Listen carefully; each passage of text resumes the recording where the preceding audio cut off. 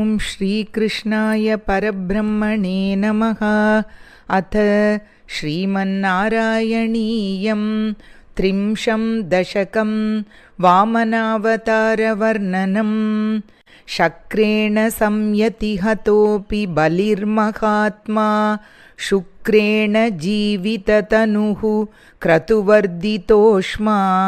विक्रान्तिमान् भयनिलीन सुरां त्रिलोकीं चक्रे वशे स तव चक्रमुखादभीतः।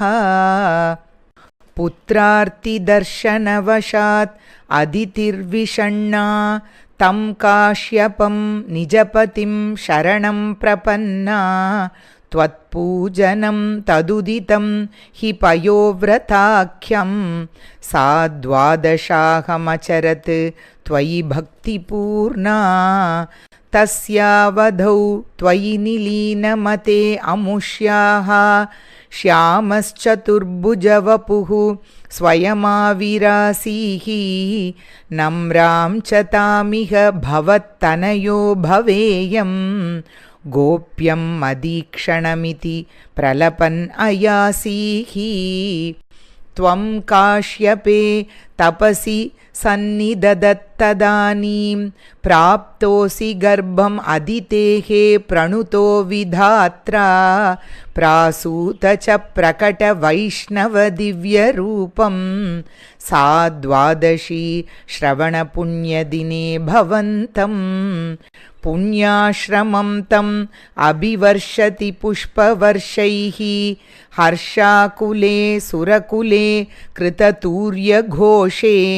बद्ध्वाञ्जलिं जय जयेति नुत पितृभ्यां त्वं तत्क्षणे पटुतमं वटुरूपमादाः।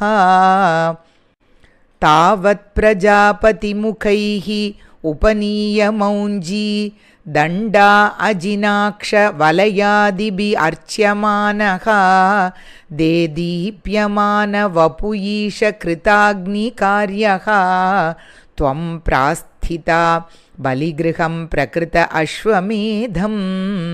गात्रेण भावि महिमोचित गौरवं प्राग् व्यावृण्वतेव धरणीं चलयन् अयासीः। छत्रं परोष्मतिरणार्थम् इव आदधानः दण्डं च दानवजनेष्विव सन्निधातुम्। तां नर्मदोत्तरतटे हयमेधशालाम् आसेदुषी त्वयि रुचा तव रुद्धनेत्रैः।